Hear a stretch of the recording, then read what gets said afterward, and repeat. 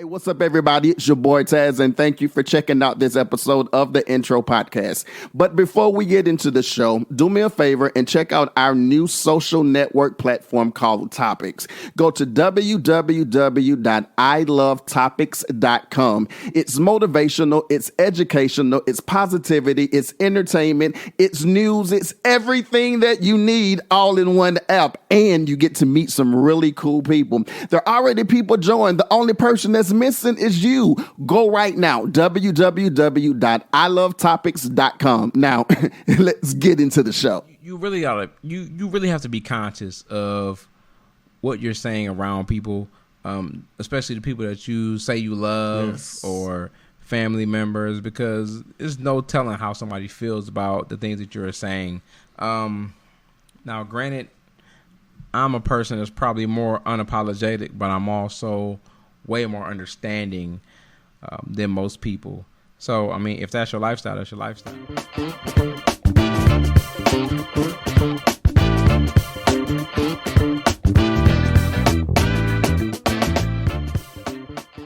Hey, what's up, everybody? It's your boy TAZZ. And your boy JR. And we are talking education. I've told you guys on social media, on Facebook, on Instagram, and on Topics. Do me a favor, download Topics. Go to www.ilovetopic.com. Topics.com. It's somewhere down there. That's our new social network platform. Yes. We have some people on there. Yes. I'm excited about the people we have on Topics. Let's go. I have to give a shout out because she's one of my most engaged subscribers. Like, we talk oftentimes either on Topics or we be inboxing each other like we don't have each other's phone number. But shouts out to Ebony. What's up? Thank you for being a part of Topics. Christina Rooks told me, she was like, she enjoyed the show because of the authenticity. I said it the first time. Yes. See, I can't say it. No, say it. Go ahead. Christina, I can't say it again, but I can say your name. Authenticity. That boy right there. Christina, I appreciate you for appreciating what we do on the intro, but even more, I appreciate the fact that you are a subscriber on Topics. Yes. Who else? Kelly Lewis subscribed this week. Kelly is... she's just an all-around dope person. If you ever need a background singer and it's a soprano singer, but you don't want a soprano section, don't worry, just call Kelly. She can do it all. She's a whole entire section. Titus Glenn, also here in the DFW, subscribed to Topics, and he is also, he's a singer and a songwriter. He's probably written songs for some of your favorite gospel music artists. So yeah, we appreciate you guys for subscribing to Topics. Do me a favor. Again, that website is www.ilovetopics.com. You have a pop-up that'll come up to where you could either do the website subscription. It's somewhere. Or you can click on the pop-up and download the app for Topics also. But speaking of Topics, okay. Houston school libraries turn discipline centers into a hostile takeover. I'm sorry. Let's do this over. HISD to eliminate librarians to convert libraries into disciplinary systems at NES schools. Oh, this whole logic is crazy to me. I see you got the other one. So yeah, I got the. Yeah, I don't have to. So I have the link up from MSNBC. So it says, this summer, the Texas Education Agency took control of the Houston Independent School District, replacing the community's elected school board members and officials, pushing out the superintendent to install a new one. The new district leader, Mike Miles, has implemented a new education system. Which, among other changes, has replaced some school libraries with centers for work and discipline for students. Antonio Hilton, correspondent for NBC News, reports. Now, this concerns me. Definitely. Because, first of all, how do you just get rid of libraries? Just not relocated in the building. Just get rid of it. We just don't want it no more. First of all, I honestly feel like personally, this is a personal opinion, so it's like you don't have to agree with this, but my personal opinion is that the best information that you can get is from a source of an actual physical book. it's something about the vibrations when you read the words from the page that just resonates more with you than actually just hearing the information or looking at it somewhere. Now, the fact that they've implemented these with discipline centers. The fact that they call it the discipline center and you're inside of a school bothers me. Yeah, what exactly are they trying to accomplish here? So this bothers me itself. Now, I'm not sure it's because I know that the Houston ISD, the Houston Independent School District, is predominantly black, and we don't even know where this organization came from. This organization is not technically part of the government, but is affiliated with the government. So I'm confused on this all around, personally. I think that for me, keeping up with the news the way that I've been, I don't know. First of all, no one likes to ride with me no more. What you mean? Because all I'm listening to is NSNBC and the readout. I rarely ever listen to music. I'm so news and talk radio and podcast is unbelievable. But I know in Florida, they're taking books out of libraries. Yeah. That may refer to certain topics, whether it be race, sexuality, violence, and I think that we're doing a big disservice to the youth that are in school, because I know for me,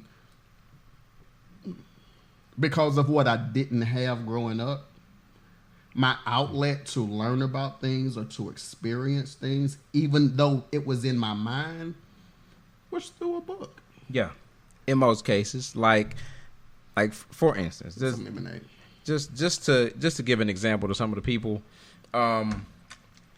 we know that what they're doing now in Florida is the attempt to, and I'll call a spade a spade. They're in attempts to get rid of the black history from this nation ever since the beginning of slavery, the same way that they got rid of the Hispanic history when they decided to take over parts of Mexico and make them the United States, which most people don't know about. To me, that's a bother, because if you find a way to erase history, then it's something nobody ever knows. No one can hold any type of grudge or anything towards you based on that. And I get it, that's their premise as a government for the United States. But people need to know what's happened in their past. People need to know where they come from. And so, I mean, I'll call this out like it is. I don't believe Florida was one of them, but I believe the states bordering the southern Gulf, or the southern parts of the United States, Texas, New Mexico, Arizona, Nevada, California, those used to all be parts of Mexico at a time before our so-called settlers decided to take that land over and make it the United States.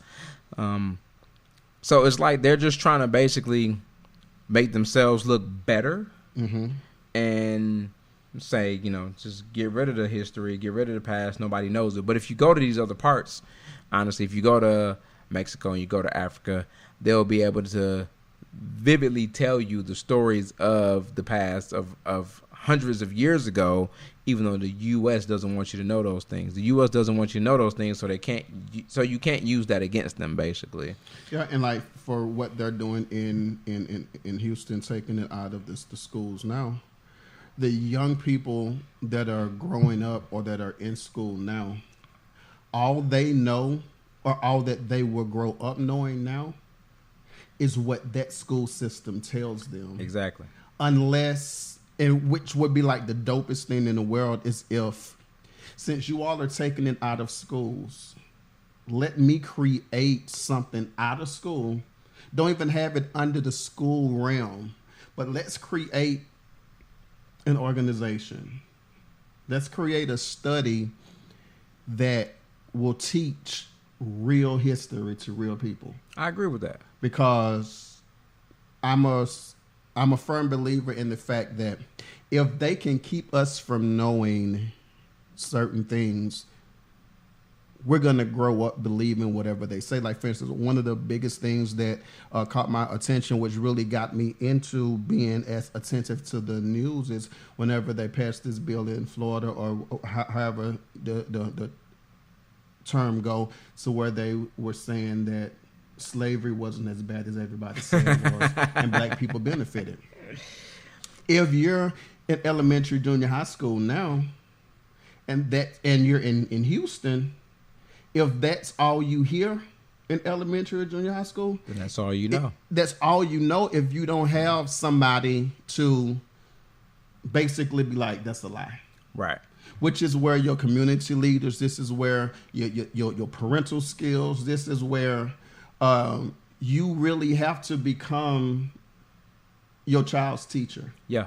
Or you have to be able to trust somebody to be able to teach the real thing, because we'll never be able to defend ourselves to say, no, this was wrong, if we never ever really understand that it's wrong, because they've taken everything away to teach us what really happened, which is why I believe that one of the biggest instruments in the world right now that's helping not even just youth, but just people in general, one of the biggest instruments for the last 50 years is hip-hop. Yeah. One of the things that people tried to get banned or wanted to make everybody seem was like the worst thing in the world, and you don't need to listen to this, you don't need to be a part of this, you don't need to know nothing about what they're saying. But it was only because hip-hop was, to me, keeping in mind I'm not a hip-hop head, but to me hip-hop was the voice of truth that the government or the system knew, if this becomes too popular, we in trouble. Yeah, that was it. And, you know, there's a lot of conspiracy theorists out there, and, you know, kind of outside the point, but inside the point, they believe that the government has something to do with the murder of Tupac or whatever the case, because he was just too smart for their own good. So a lot of people believe that. But, yeah, going off what you said, yeah, hip-hop being our outlet for truth, the way to teach our people what was actually going on, what actually happened back then. Yeah, of course they try to get rid of that. And it's a threat because, especially now, okay, so I can understand 50 years ago it probably didn't have that much of an effect. But right now, oh no, it did. Hip-hop is a threat to everything. I wouldn't say that.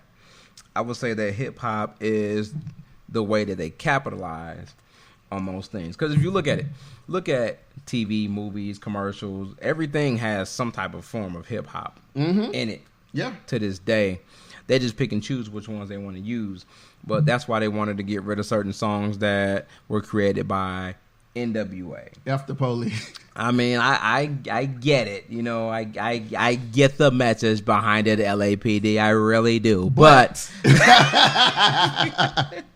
we gotta know our culture. We gotta know our history. We gotta know where we come from, and that's something that you just can't erase. You can continue to try, but history is something that's going to be learned regardless of what you try to do to erase it in this country. So you can't erase what happened, regardless of how bad or good you feel about it. It's not a way that you can you cannot erase the history of what happened to our culture, the black culture, the Hispanic cultures that helped build this country in the first place. I'll tell you one thing that I learned recently, of course, again, riding along listening to MSNBC. No, I was listening to the readout.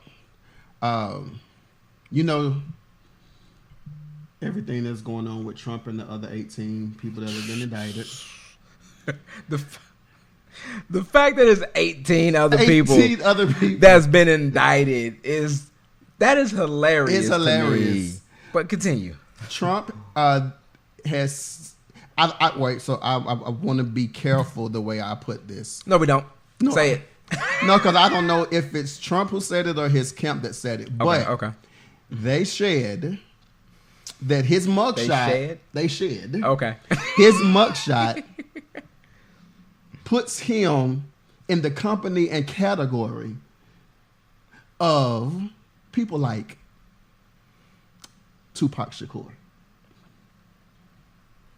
And in my mind, I'm trying to wonder, before this mugshot, you all would say that Tupac was a thug, a hoodlum, one of the most negative people that ever touched the face of this earth. But now that Trump has a mugshot, you want to equate him to the likeness of Tupac, because now he gets the hood pass. So now we have to understand why black people should vote for Trump, because now he has a mugshot. No, you can't use the fact that you have been found on multiple charges in multiple cities, counties, or whatever, doing things wrong, and then want to have that credibility that before you would fight off because of the people who already had that credibility of being considered such negative people.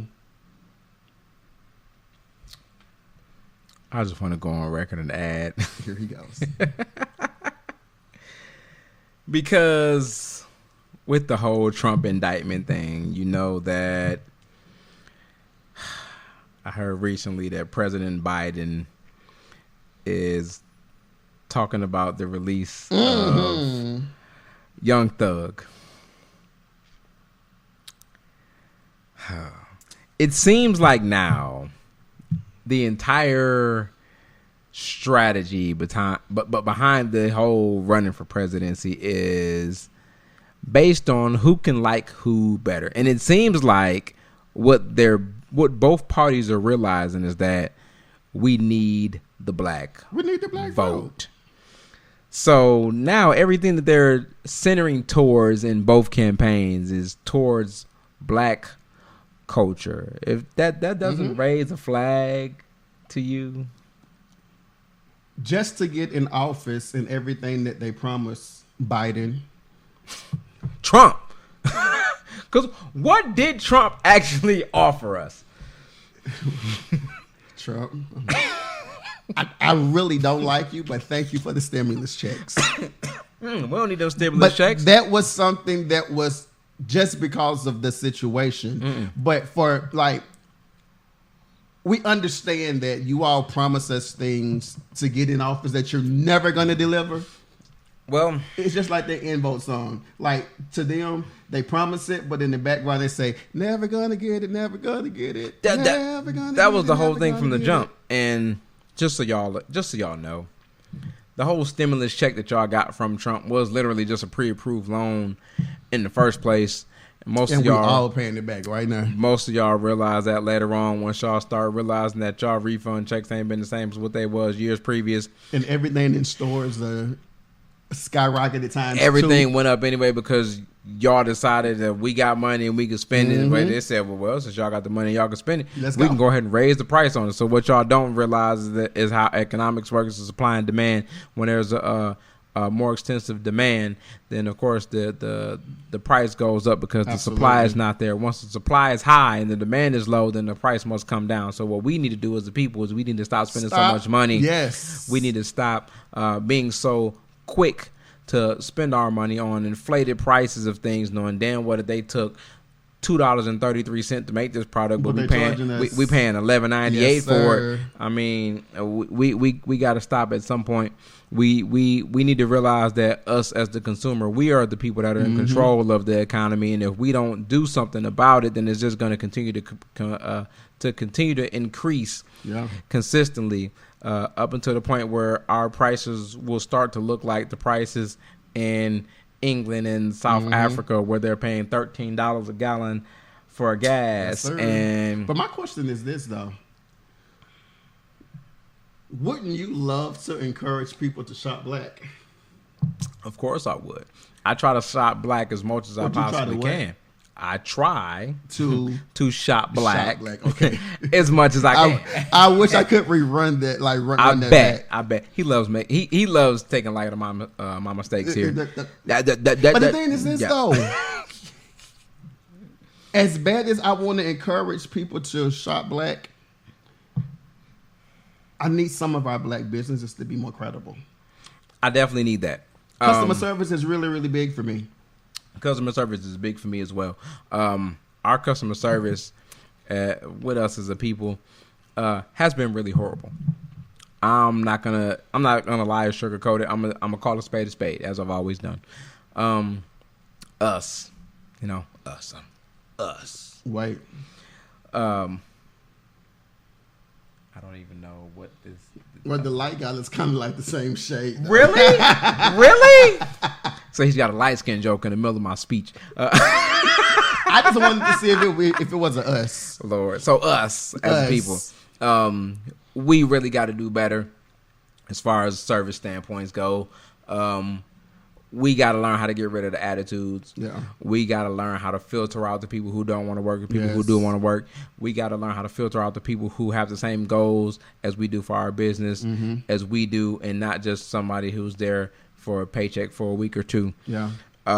Understand that you don't necessarily have to hire your friends and family either. Ooh.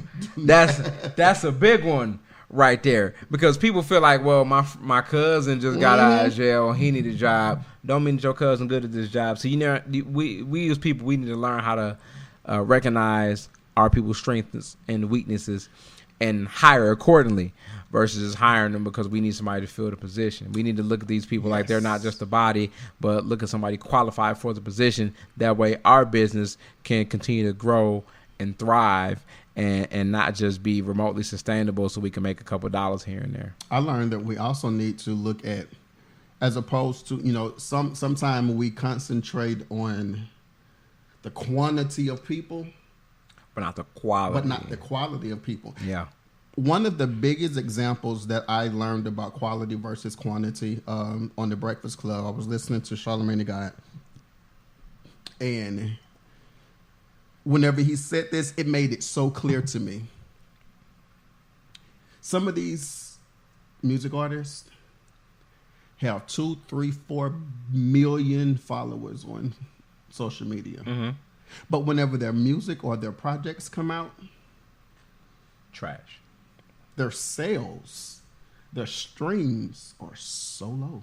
Yeah, because nobody wants to hear that music. And what happens is this. To me, I feel like you have 2 billion followers who don't like your music, but they just want to know about your life. Not even that. They like the BS that you post on social media. On social media. That's why they follow you. It's not because of your music or because of your personality. It's because of what they see on social media. Especially if it's drama, because this Housewife franchise and the Love and Hip Hop franchise, it has made ratchet and negative so popular. Don't even get me started. The celebrity have become engulfed or taken over by the fact of, if I want to get my numbers up, if I think my next song is going to be hot, I need to provide X kind of content to make sure that I have an audience. But whenever your project comes out and you still don't have that audience, what happened to the 2 million people that follow me on social media? I want to name a name so bad right now. I'll name a name. Because everybody thought she was going to be the shit whenever her project released because of who she was under. Who? Chloe Bailey. Ooh. Honestly, I'm disappointed by it. But I know what happened with that.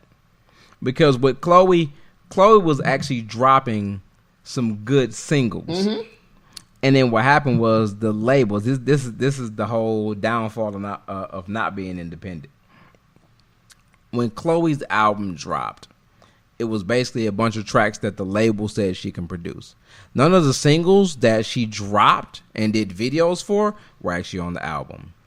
So that already, it messed with me already.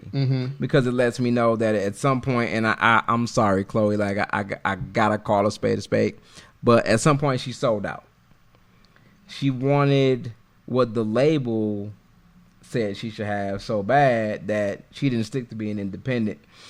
And her independent singles, there was 3, I believe, that she dropped before the album dropped. None of those 3 were on the album. Maybe 1. The singles were really, really good, too. Exactly. And then the album came out, and the album made me disappointed. Oh, I was very disappointed because I wanted to believe in that album. Even, and whenever the album came out and people were like, why aren't you listening to that? I was like, because it's not music. Number one, it's not music from my age group. It's not, but at the same time, it's more so from what I gather from it is it's pop. Mm-hmm. It's pop and it's heartache music. But people wanted to also equate her with Beyonce because and then whenever Beyonce didn't have a billion posts saying check out this project, then they started beating Beyonce's back in because you're not promoting your artist. It's if you're already following me, why do I need somebody else to promote me? Right. But that just goes to show once again, on social media, Chloe Bailey has all of these followers, all of these people that comment every time she posts a video. But whenever the project came out, the quality of those followers didn't match the quantity. Exactly. But and that's a big thing, especially for me.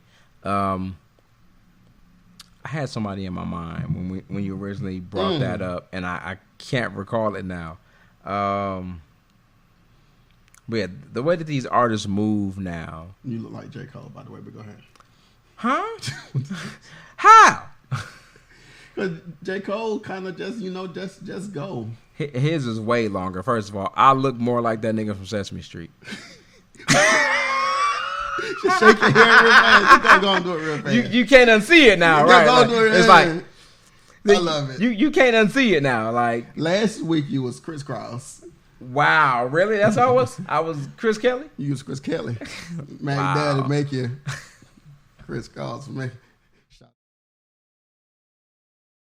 Do me a favor and check out our new social network platform called Topics.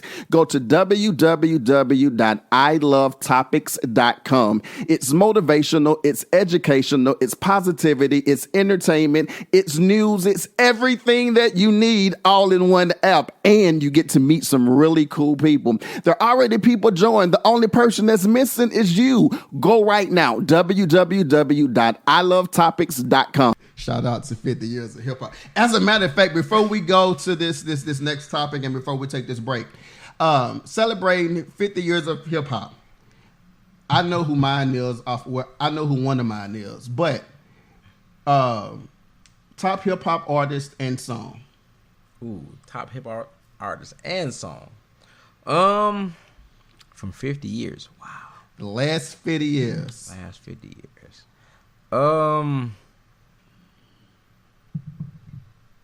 I gotta say, top artist from the last 50 years, Snoop Dogg. Okay, I have to say Snoop Dogg. His demeanor is what gets it for me. You almost can't upset Snoop Dogg at all. Snoop Dogg is chill. He cool, calm, collective. At the same time, he's everywhere. Yes, he is. Snoop Dogg cannot go anywhere on the face of the planet without being known. His face alone is his credit card. Yes. He don't need nothing else. Yeah. It's like, I'm Snoop Dogg. I love the fact that he took Murder Was the Case that they gave me. One of my favorite. He took Murder Was the Case that they gave me and evolved that into now I'm with Martha Stewart and I have Martha Stewart smoking and drinking and doing all this stuff with me. Not only that, he's done continuous projects. He's done projects with Gary Vee, who's a big influencer on business. He did a gospel album. Snoop Dogg is a little bit of everywhere. You can't go somewhere without seeing Snoop Dogg. Snoop Dogg has been a part of football, soccer, yes, liquor, yes, wine, yes, music, of course, food. Snoop Dogg is everywhere. And just imagine the things that he's involved in that we don't even have a clue about. Exactly. But you know what? Not only Snoop, you have to give a shout out to one other person. Who's that? Their wife. Really? Snoop's wife is like, to still be with him today after everything that he's had to deal with. That's the in sickness and health, through good and bad. To death do us part, do better or for worse. Better or for worse. Right. Like there. she has really, she's been that. Yeah. I need one of you in my life. So you know who else has that though? Who? And this goes to, I'm gonna mention two people here, but one of them, of course, is my favorite. I'm gonna go from the bottom to the top. LL. I do too, but yeah. Lord. LL. Yes, sir. LL has been married all of these years. Yes, sir. And he makes sure he keeps his wife out of the limelight so she can live a normal life. He takes care of what he needs to take care of. He's still living off of his singles from the 80s and 90s and other projects that he's done. He's done real estate. He's done a little bit of everything. So shout out to LL. One of my favorite TV shows, NCIS Los Angeles. But my favorite song goes to one of my favorite artists who's even bigger than Snoop Dogg, which is hard to say. Okay. They've done work together. They come from kind of the same place. Okay. See if I know this person. You do. Okay. Everybody knows this person. Is it Jesus? It's not Jesus. Oh, okay. It's a close third. Jesus, you're in the running. Cheers to Jesus. Cheers. But no, this person is also known worldwide and does a lot of great things, not only for the community, but he has a big entrepreneurial I think I know who you're mindset. Who you think I'm talking about? I'm going to see if you're going to say it first. You sure? Yeah. Ice Cube. Yes, Ice sir. Cube. Yes. Ice Cube was 3. Ice Cube was probably my favorite person out there. I grew up listening to Ice Cube. Did too. I grew up listening to NWA. And then I realized, later on, that Ice Cube actually wrote most of those lyrics for NWA, which is honestly just proves his, what's the word I'm looking for here? I'm a creative word. Geniusology. There we go. Let's go with that. Yeah, because Ice Cube has definitely done a lot of big things. And to go from where he's come from, where he's grew up, to be one of the biggest names in rap, to be one of the biggest names in TV and film. Yes, sir. To be one of the now one of the founders of one of the biggest basketball leagues, to be known. He don't miss at all. He don't miss, and if he do have a miss, you don't hear about it. Yeah. And that's what I can appreciate about him. Some people, whenever something happens in their life, it's instantly mainstream. You rarely ever hear about a miss whenever it comes down to somebody like him. For me, I'm a little different. Of course, I love Snoop. I love the music, but I love the business acumen of Snoop. Yeah. I love the business acumen of Dre. I love the business acumen of Ice Cube. One of my favorite rappers, though, I love the Brat. Really? Tell me why. Tell me why. Why the Brat out of all people? Before I do the Brat, I love it. So this other artist, she may be a subcategory of hip hop, but she's definitely hip hop. I love Missy Elliott. No, Missy is definitely not a subcategory at all. Missy created a whole nother lane for people in hip hop because Missy not only could rap, but Missy could sing. Which is why one of my favorite songs for Missy Elliott, and I don't even think people really understand, and while I'm saying this, I'm going to see if I can find the song. There was a song over 15 years ago that was really, really popular. 5 o'clock. 15 years ago or more than 15 years ago? Well, it was more than 15. Okay. Let's say it's about 20 years. 5 o'clock. And I'm curious. The artist for this song only went by the name Misdemeanor. Yeah. No one, and I really want to, yes, it was. Okay. So, no one knew if this was her or not. Okay, it's not coming up. Let me see.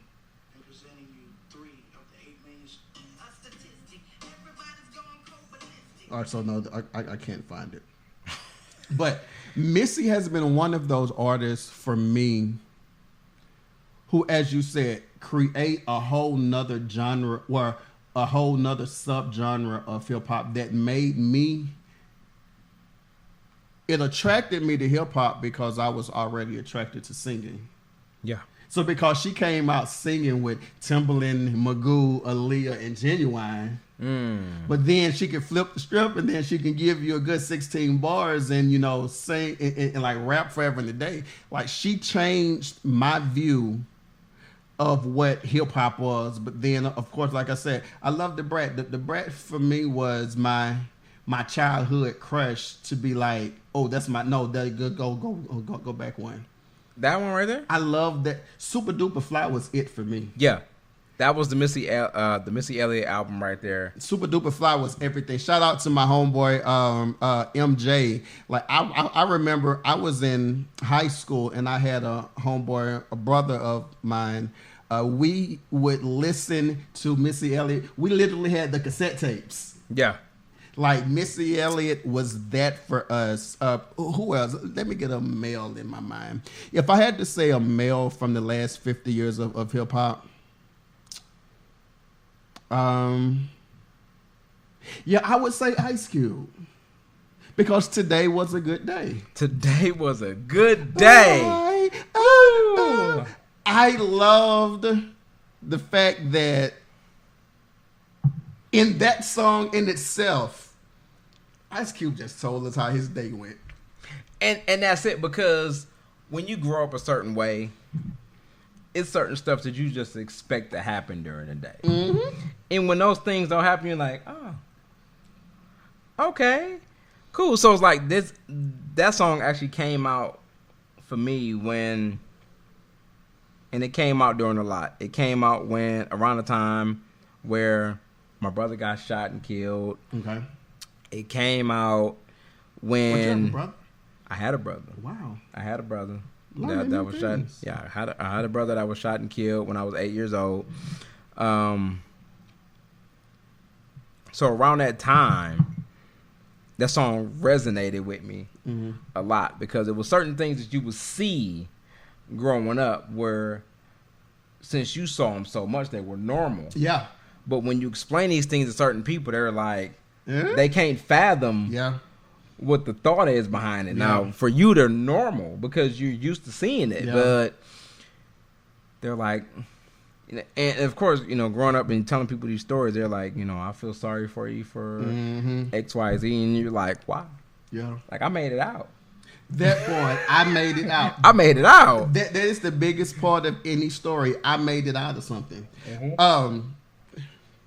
Just waking up in the morning, gotta thank God. Are you reading the lyrics? I don't know, but today seems kind of odd. No barking from the dog, no smart, and mama cooked the breakfast with no hog. I got my grub on, but didn't pig out. Finally got a call from the girl I want to dig out. Hooked up. It's like he literally just basically told you this is from the time I woke up. Let's go all the way down to the end. Let's see. Today was like one of those fly dreams. Didn't even see a berry flashing, a triple, then whatever. No helicopter looking for a murder. 2 in the morning. It's like he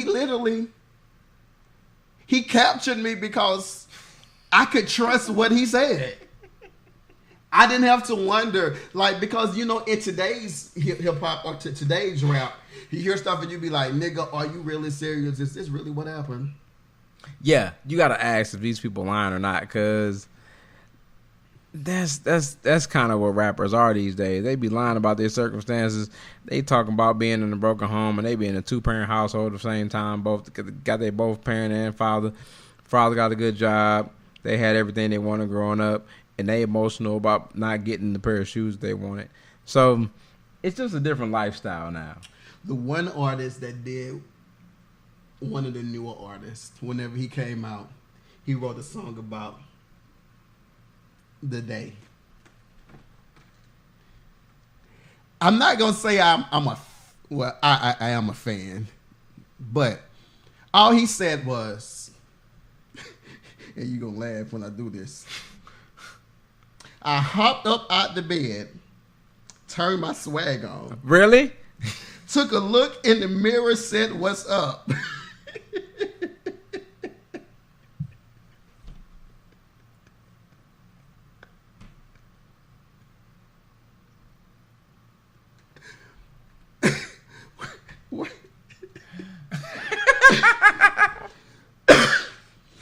Y'all, I promise this is not scripted.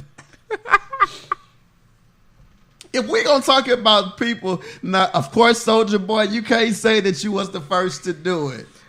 Because Ice Cube told us first, today was a good day and why. But all Soulja Boy did was write a song. I hopped up out the bed. I turned my swag on, take a look in the mirror, say, "What's up?" He said, I got a question. Why they hating on me? And I put my team on. It's like these are songs that I can believe because you literally telling me what you're doing. He said, "I hopped up about But Soulja Boy, the first to do it. Drake. Oh, don't. Yes. Drake did steal that whole that kind of flow right there. Honestly, I can't even lie about that. Drake, I watched in the video. Again, shout out to 50 Years of Hip Hop, Drake, you win that number.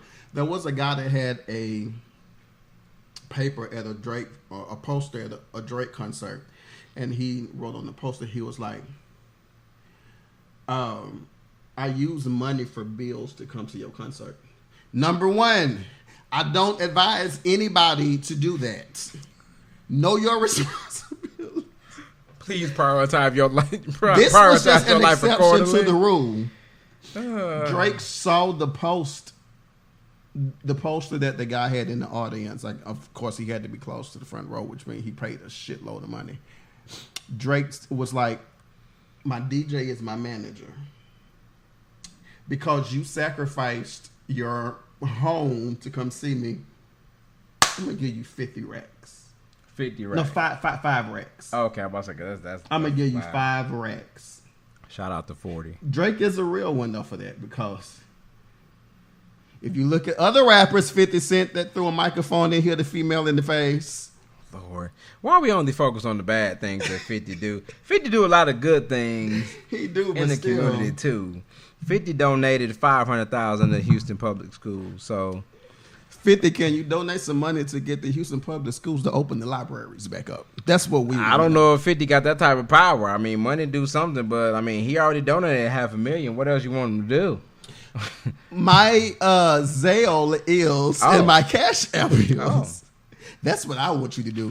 But hey, look, we have we got to pay some bills right fast. Check out this ad, and we'll be right back with the deep dive, and you're going to love it. It's your boy TAZZ And your boy JR. This is the Intro Podcast. We'll be right back.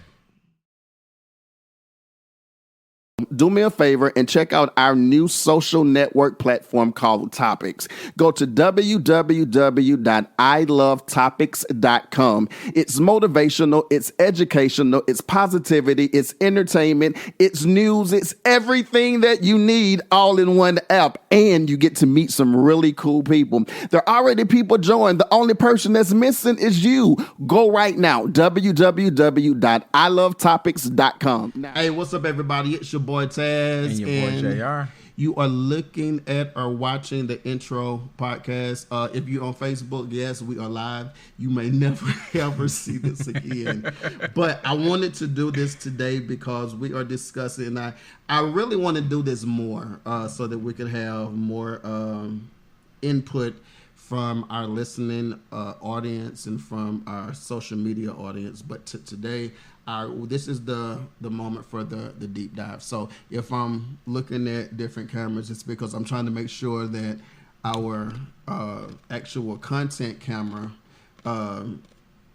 catches that, but then I want to make sure that we are attentive to Facebook also. Today we are talking about, and this is a topic that's really dear to me. Again, we are definitely attentive to you guys who are on the actual you guys that are watching us on Spotify. Yes, you guys that are watching us on YouTube or listening on Spotify, of course. But we decided to go live on Facebook today for whatever reason, because we're not all there sometimes. But before we do that, shout out to JR for these T-shirts. how can the listeners, the viewers, or whatever, how can they get more information about you? Of course, you can always look me up personally at Lionheart JR across all social media going forward. But you can look at all of our apparel at www.thelionheartcollection.com, at the Lionheart Collection across all social media as well. Bet. Today, our deep dive, self-love and leaving toxic family relationships for a better mental health. Yes.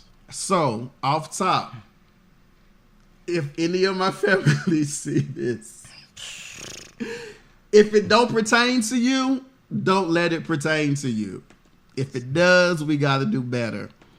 JR, I'll let you read this first half. Okay, so of course, now the headline here is self-love and leaving toxic family relationships for better mental health. Says family relationships can be complicated and often shape the way we view ourselves and the world around us. However, sometimes these relationships can be toxic and cause more harm than good. It's important to recognize when a relationship is no longer serving our mental health and to prioritize self-love by making difficult decision to leave. Okay, so let's go down. Skip all the yaya. Skip all the yaya? All the yaya, because I want to get to... Straight to the point. I want to get to the grits and okay. the shrimp and grits. Here are some reasons why leaving a toxic family relationship can be beneficial for mental health. Look, while I'm reading this and talking to y'all, I promise y'all this is for me at the same time. Again, this is reasons why leaving a toxic family relationship can be beneficial for mental health. Reduce of stress and anxiety. It says toxic family relationships can be a significant source of stress and anxiety. The constant emotional turmoil and conflict can lead to a range of mental health issues, such as depression and anxiety. By leaving a relationship like this, you can reduce the stress and anxiety in your life. It is important to recognize when your family is causing you to be stressed or anxious all the time. Yep. Nobody wants to feel that way every single day of their lives. Take time to understand why they are causing you to feel bad about yourself and make an informed decision about leaving the relationship. You should discuss it with them first. Make sure they understand why you feel like this. It might trigger them to do better in the future. I want to concentrate on those last two sentences. You should discuss with them why you feel like this. It may cause, you should discuss it with them first. Make sure they understand why you feel like this. For me, personally, like I said at the top of this particular segment, this is something like, this is real for me because I used to say that I was the black sheep of my family. Ooh, I'm there now. I have a different term that I've learned recently through watching ministry through my church in Tulsa, Oklahoma. I'm not the black sheep anymore. I'm the rebel. Ah. I'm the one who decided instead of living according to the box, I'm going to live outside that box. Oh, I've been living outside that box for quite some time. And for me... And I'm like, I've done it before, but after listening to the message, I'm getting there more to where I'm starting to realize and understand that and let's just take it just not family, let's just say in general, some people don't know that what they do or don't do hurts you. Yeah. Because if it's something that's been done for as long as it's been done, they don't even see it as hurt. They just see it as, this is how we've always been. Because they get used to it. They get used to it. Yeah. So because this is how it's always been, why should I change now? Ooh. I don't know that whenever we're around each other, if I say a certain thing, it makes you feel a certain way. I remember vaguely... This is probably about 4, 5, 6 years ago. I was at my brother's place in Pleasant Grove, and my brother was fixing on my other brother's car. And a commercial came on I want to say 105 or 97.9 The Beat. And there's a little excerpt that they do from the Boondocks where the guy says, everybody has a little gay in them. Yeah. Well, with my brothers knowing my lifestyle, my oldest brother was like, hell no. Ain't nothing cool about that. I'm thinking to myself, do you not understand that you're saying that in front of a brother that you know is a part of the LGBTQ community? Yeah. And I can see how you feel like that's his way of not accepting you in the first place. And in that instance, or for that particular situation, it didn't improve because even in knowing that about me, it didn't make him want to be like any more pressure free. It's like he doubled down. So at that point, that's where you gotta do that. That's where the anxiety or being uncomfortable came about, because you already know how I feel whenever you say certain things or whenever you do certain things. So the fact that you don't even want to not be that person or say certain things. Yeah. Like you want to be negative. You want to make sure I hear you say negative things about that. Of course I'm going to have anxiety attacks, or of course I'm going to be uncomfortable because you're knowingly or saying things against not the commercial, but against me. Yeah. Part two. And I don't understand how a lot of that works in the first place. Because you really gotta you really have to be conscious of what you're saying around people, especially the people that you say you love. Yes. Or family members, because there's no telling how somebody feels about the things that you're saying. Now, granted, I'm a person that's probably more unapologetic, but I'm also way more understanding than most people. So, I mean, if that's your lifestyle, that's your lifestyle. Like, I'm not gonna degrade you or speak down to you because that's your lifestyle. Like, everybody's different. That's one thing that I learned how to accept in life. Mm-hmm. Everybody's different. So, if it's something that's different than what you believe, that's okay. Yeah. Like, there's no reason why you need to down talk somebody because their lifestyle or their thought process is different than yours. It's just different. Yep. That's it. I have become, by force, not because I wanted to be this way, but life has caused me to become a very confrontational person. Because what I've learned about not being confrontational is people will take advantage of that and will make sure that as long as you know how they feel, they don't give a flip about how you feel. So my thing now is I live me unconditionally, unapologetically, because you have to know that at the end of the day, whether you love me or hate me, I'm still going to be me. That's it. That's all you can do. Period. Just be you. So the second paragraph of this says, of course, family relationships can often leave us feeling inadequate or unworthy. Ever felt like this before? More than likely you have. You're not the only one. Trust me. When you're consistently criticized or belittled by family members, it can damage our self-esteem and self-worth. It leaves us feeling bad most of the time, and that can lead to harmful decisions like misusing drugs, alcohol, or others, feel better about yourself.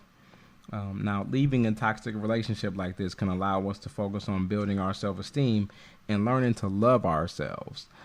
For me personally, and this is what the person quoted, for me personally, it is the best motivator to sit down and assess my relationship with my family. I take time to write down my emotions and feelings about my family members, and my motto for this is, I want to feel good about myself, and if you make me feel bad about my belly fat or thick thighs, then I have no time for you. Now, of course, it's a slight embellishment, but it's just an example of some of the things that people might feel inadequate or self-conscious about. So if you're consistently bringing light to those things, bringing those things up, then of course it's going to make a person feel a certain type of way about it. Now the next, I've lived that point out. I've literally lived that out to where, because of the whole self-esteem thing, I lived it out to where, and of course I've talked about this on many different platforms, whether it was Facebook Live or whatever, or in the podcast or whatever. I've lived it out to where, because I wanted to be accepted and I didn't want to be the cast out. Mm-hmm. I didn't want to be the person where everybody looked at and was like, no, we can't mess with TAZZ, we can't mess with Troy because of X, Y, Z. I lived out the point that instead of me and being happy and being alive, let me dumb myself down to do what everybody else want me to do. Kind of delude yourself. Completely. And what ended up happening for me, God's honest truth is, so I lived it in Fort Worth.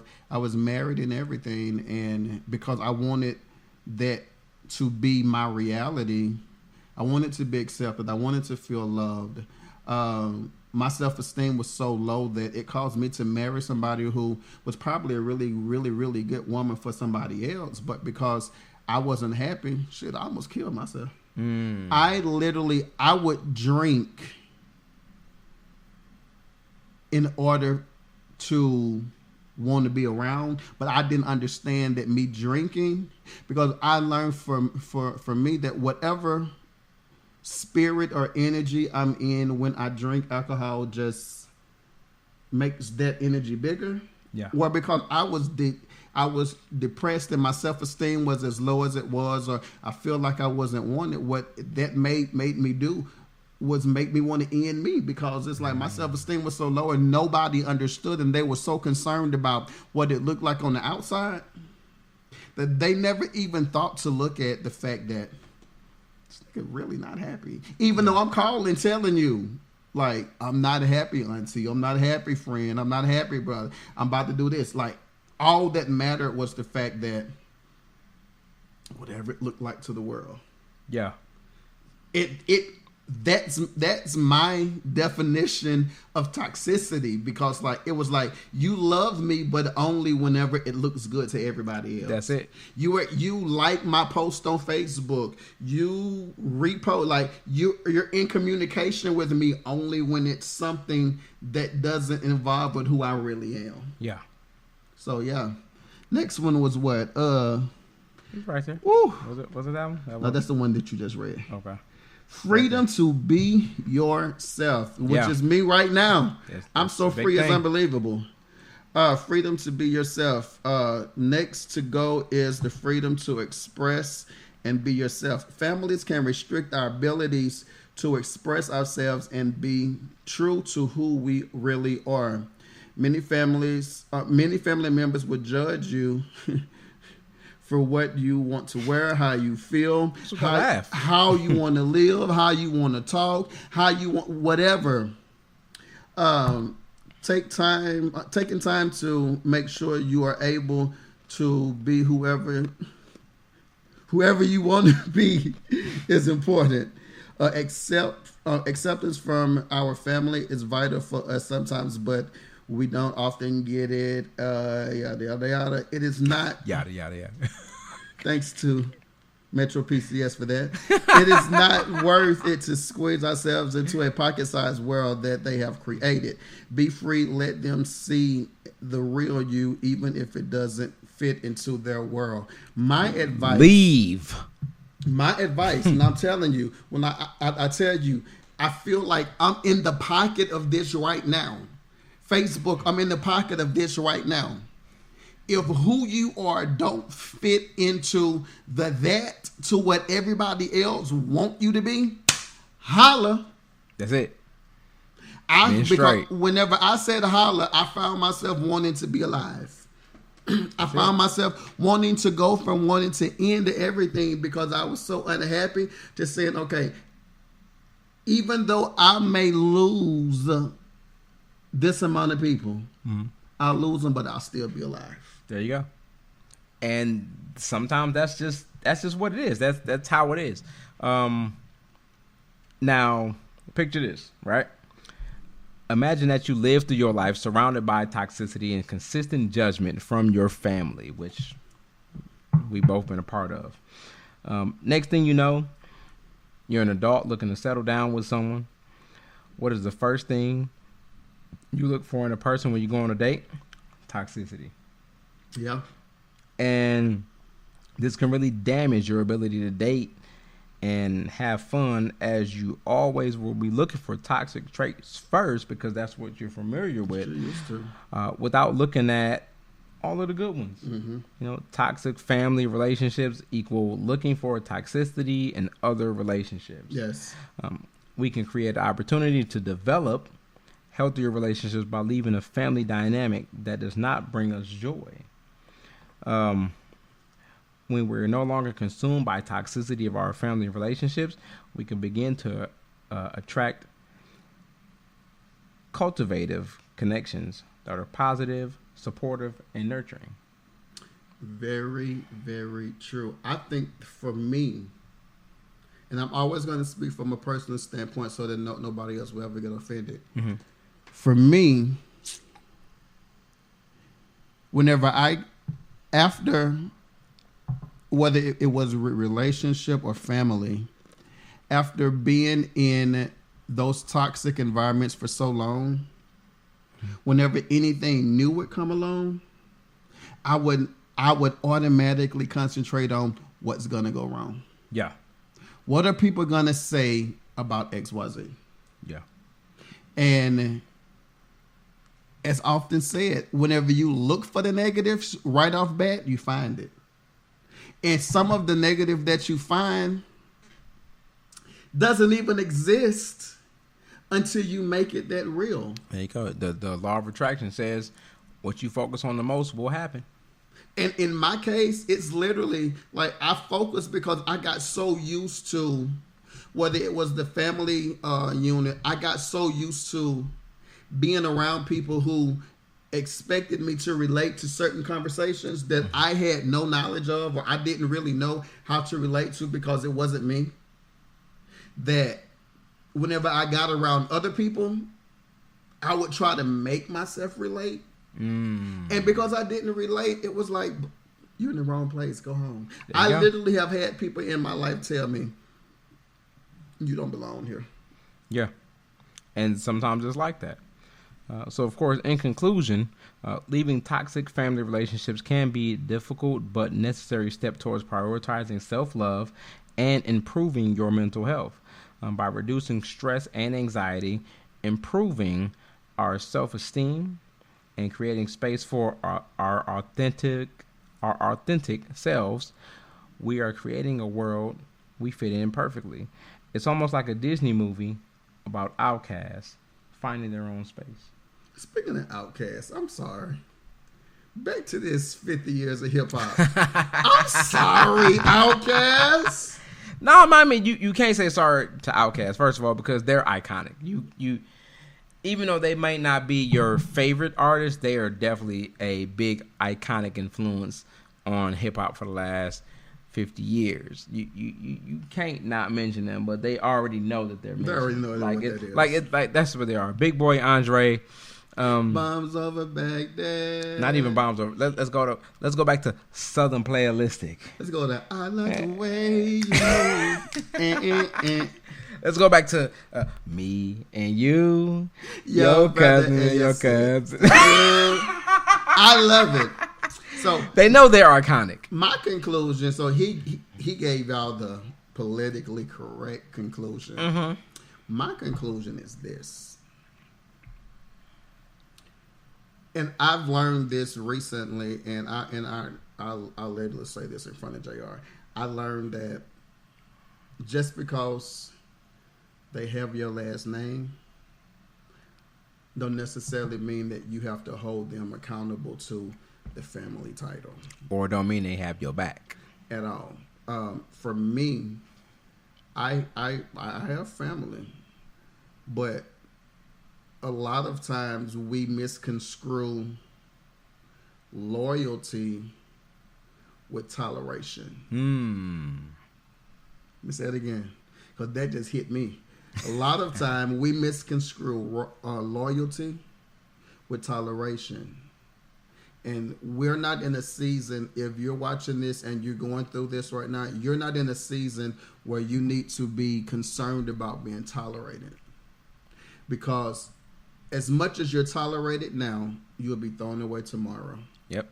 You have to be concerned about being in a situation to where you know that whenever the chips are down and there's nobody to call, there's nobody around, you have people who literally care about you. If it's not family, I post and I have people that get offended all the time.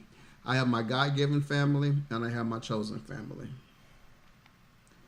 And for a while, for the most part, my chosen family has been the family that has been that, rather than my chosen family, rather than my given family, whether it be brothers or whatever.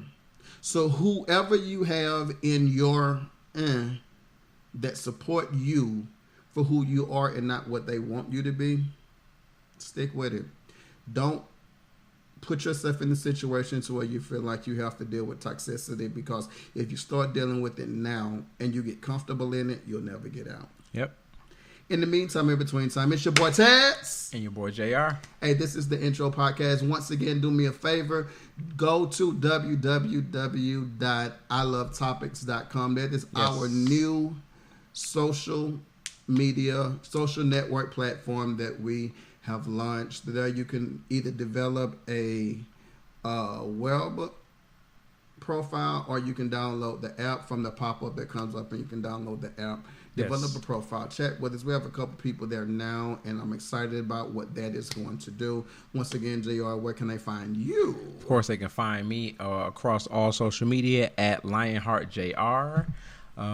You can find anything from the Lionheart Collection at www.thelionheartcollection.com. Follow us on social media at The Lionheart Collection as well. Taz, where can they find some good music? I am Trevane on all social media, and also IamTrevane.com, R&B music, but also if you just want to get to know me for who I am as opposed to media and all that other stuff, you can do that. Shout out to Maisha Douglas, who watched us on Facebook. Thank you so much, Maisha.